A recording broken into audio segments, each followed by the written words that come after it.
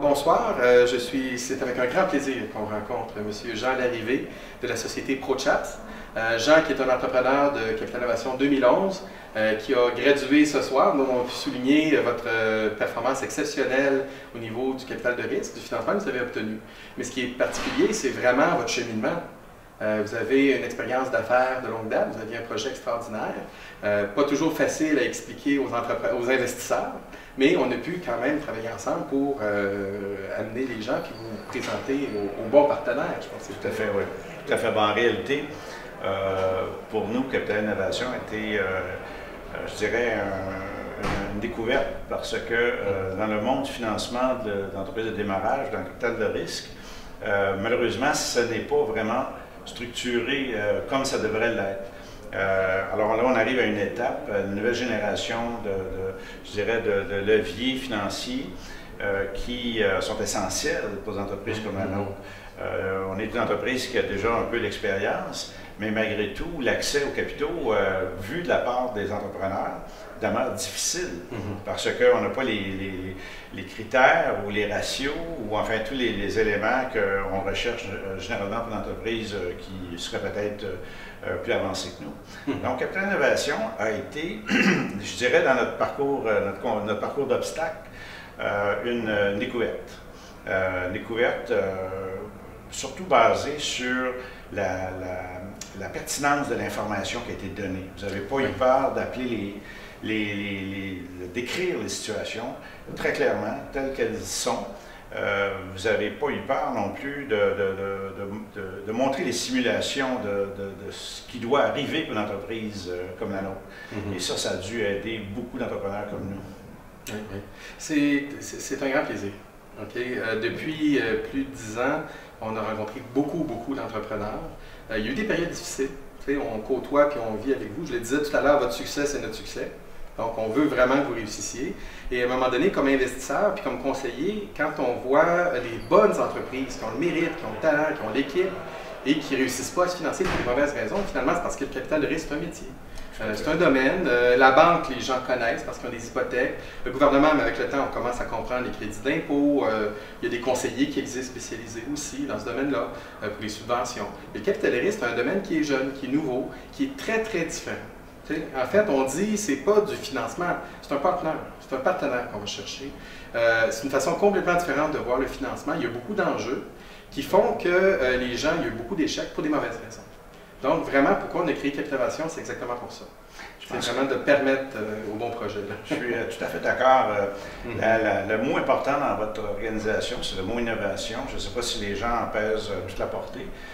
Mais innover dans les moyens financiers qui sont mis à la disposition de l'entreprise. Curieusement, parfois, ce n'est pas que le capital qui compte, c'est beaucoup la formation. Pas seulement la formation de l'entrepreneur, mais aussi la formation de l'investisseur. Parce que souvent, l'investisseur prend pour acquis que finalement, il y a l'embarras du choix et puis c'est lui qui a le dernier mot. Mais ce n'est pas le cas. Et le mariage doit être, je dirais, win-win pour les deux parties. Alors, c'est une chose que vous avez mis l'accent, sur laquelle vous avez mis l'accent. Et non, je pense que vous allez vivre d'une croissance importante. Je vais vous inviter à être aussi tenace que vous nous avez invité à l'être, parce que souvent, quand une entreprise réussit, on donne le goût à d'autres. Alors, évidemment, la compétition est plus grande. Alors, nous, on le vit à tous les jours. Ou peut-être que non, mais peut-être que ça arrivera aussi. Et en fait, on vit dans un domaine où on a grandi avec l'écosystème du Québec. Il y a plusieurs joueurs qui font de l'accélération du soutien, qui se spécialisent, qui sont très bons. Et c'est une bonne nouvelle. Capital Innovation, c'est vu du début d'un réseau ouvert de formation. Il existe des incubateurs, des programmes avec qui on travaille systématiquement. Donc, mais de rassembler d'un côté les investisseurs pour leur permettre d'investir, de trouver les meilleurs projets. Parce que vous l'avez dit, hein, c'est pas juste du financement, c'est un partenariat. C'est ça. Et les bons, les mauvais côtés. Le mot mariage aussi, win-win, est très important. Donc, l'ampleur du réseau, de le connaître et d'amener les bonnes personnes à se rencontrer. Et c'est ça, à un moment donné, on peut avoir un bon projet, un bon investisseur, ça ne fonctionnera pas. Mais un autre investisseur, tout d'un coup, là, ça va être un projet extraordinaire parce que l'expérience, le réseau, les intérêts, puis le fit personnel. Donc, le côté personnel est important, comme dans un mariage. Alors, c'est pour ça que le fait d'avoir un réseau ouvert, ce qui est la formule de Capital Innovation, ça permet d'aller beaucoup plus large et de trouver les bonnes personnes, les bonnes expertises. Même maintenant, quand ils sont en Ontario, en Nouvelle-Angleterre, c'est une équipe. Absolument, ça aussi, c'est toute une équipe qui doit être montée. Une excellente initiative. Peut-être qu'on n'a pas, nous, consommé autant qu'on aurait voulu le faire, mais qui sera certainement un rejeton important dans votre futur. Il y a une chose que je voudrais ajouter qui est importante aussi, c'est que de pouvoir lire une entreprise ou un entrepreneur autrement que par des ratios traditionnels qui souvent sont dépassés complètement. Les ratios sont le fruit de modèles qu'on a empruntés à certaines théories et tout. Mais en réalité, avant tout, une entreprise, c'est un produit, c'est des personnes, c'est un marché. Et si on n'a pas l'attention de ceux qui pourraient éventuellement devenir des financiers, sur ces questions-là, on passe à côté. On a des attentes qui ne sont pas réalistes, que ce soit la façon de sortir de l'investissement, que ce soit la façon d'y entrer. Alors ça, je pense que là-dedans, vous avez joué un rôle. J'ai eu la chance d'avoir des investisseurs chez vous qui se sont ouverts et ont dit les choses telles qu'elles devaient être dites. Mais ça, il va falloir que ça devienne des nouveaux modèles. Oui, il faut. Les nouvelles générations d'investisseurs, on le voit, que ce soit chez les Anges où il y a des entrepreneurs en série qui deviennent investisseurs, qui ont de l'expérience de gestion, qui ont géré des business. C'est pas du tout la même chose. Et même les fonds de capital de risque, on en parlait de plusieurs ce soir, souvent c'est des entrepreneurs qui sont devenus investisseurs.